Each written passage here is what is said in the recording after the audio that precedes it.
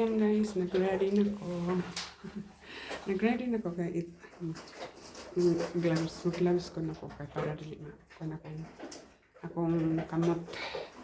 Mang-hook up mo ng ano diri guys. Basta ano ko yuta pa. Hook up ng panit diri sa kamot.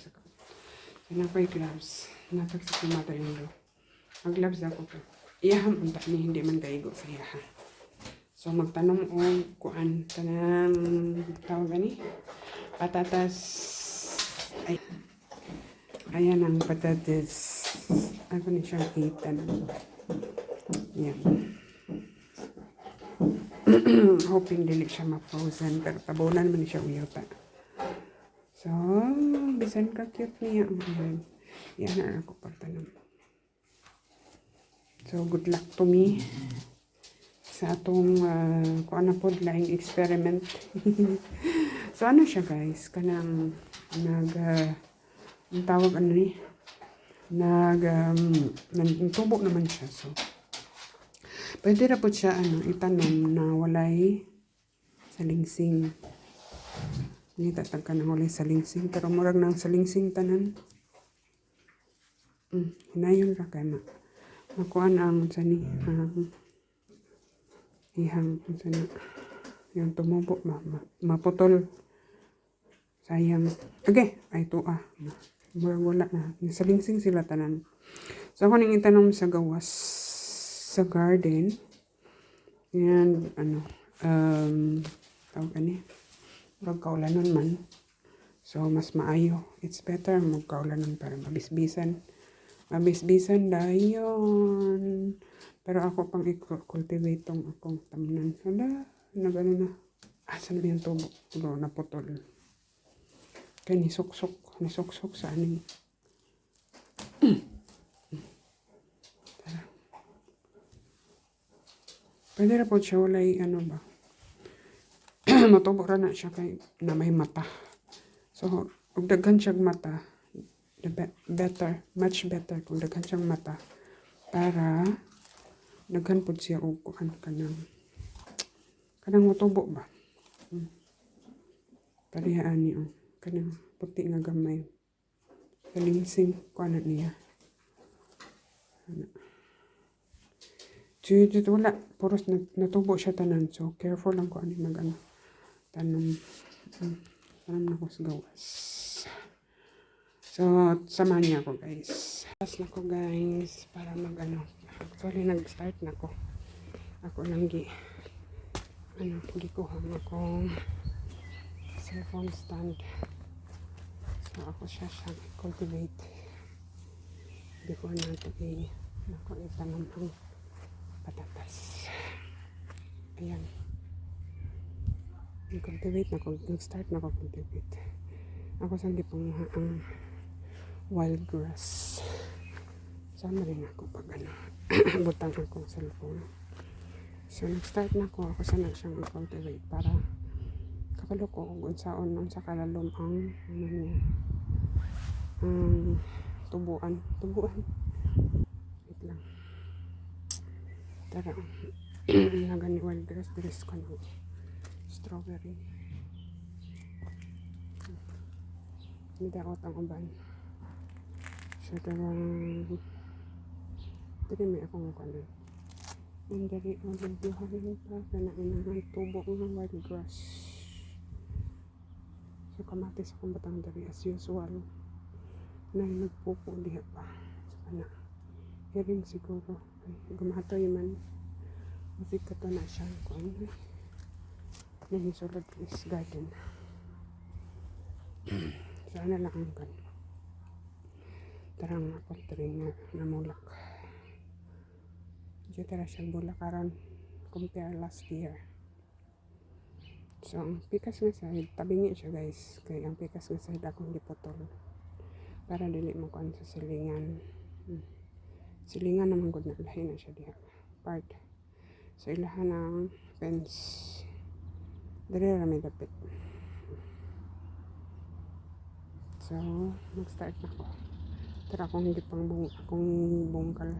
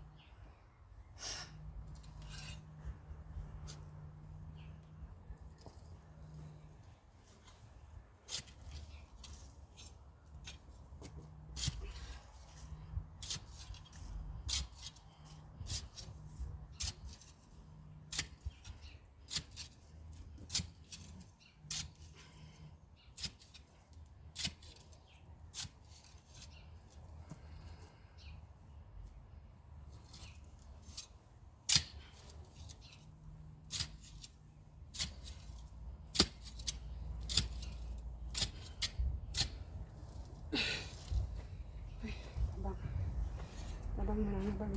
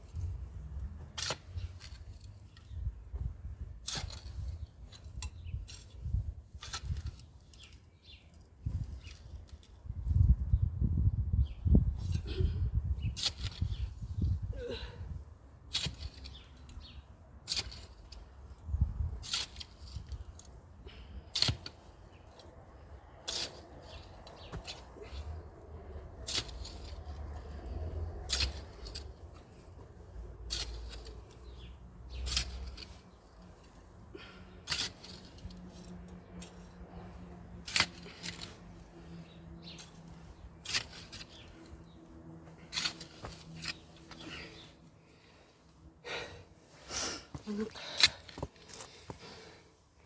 Wait lang. Ready na guys. Ako na lang ikon niya ang kamatis tuloy. Patatas. Sanahay ka lang na ibis. Gilinyahan ako. So dihan na ako ibutan ang patatas. And then, yun na yun. Distansya siya, dagko siya distansya. Kay, dulong regal ito. Kay, tabunan mo na siya ano pa. Papugduhon ba ang yuta. Para, kuwan siya, kanang nindot yung pagtubo. Nakaunod siya gitarong. So, ayan. Ready na. Basag di ko. Sakit yung ulo ni kay init pa man di ay bisag hapon na. So, nag-jacket ko kaya tuloy. Budang hangin. Igang na. Ayan. So, namanin ako din patatas. Isunod na ako nindari sa akong kilid. Para ready na siya. Jute raman ang wild grass. So, ito na siyang ready para matamnan na po o kamatis. Kaya it's time to guys. Garden time na siya. Pero sa greenhouse, pwede kang tanom. So, nag-harvest namin sa sulod sa greenhouse. Last week pa. Nag-harvest akong banahog salad. Pero ang niya, red radish, kaya wala pa yung mud. So, kanya itong tanom. So, nagpaabot ang patatas. Binhi nga patatas na cute. So, hoping maano siya. Yan. Ito ang ating seedlings.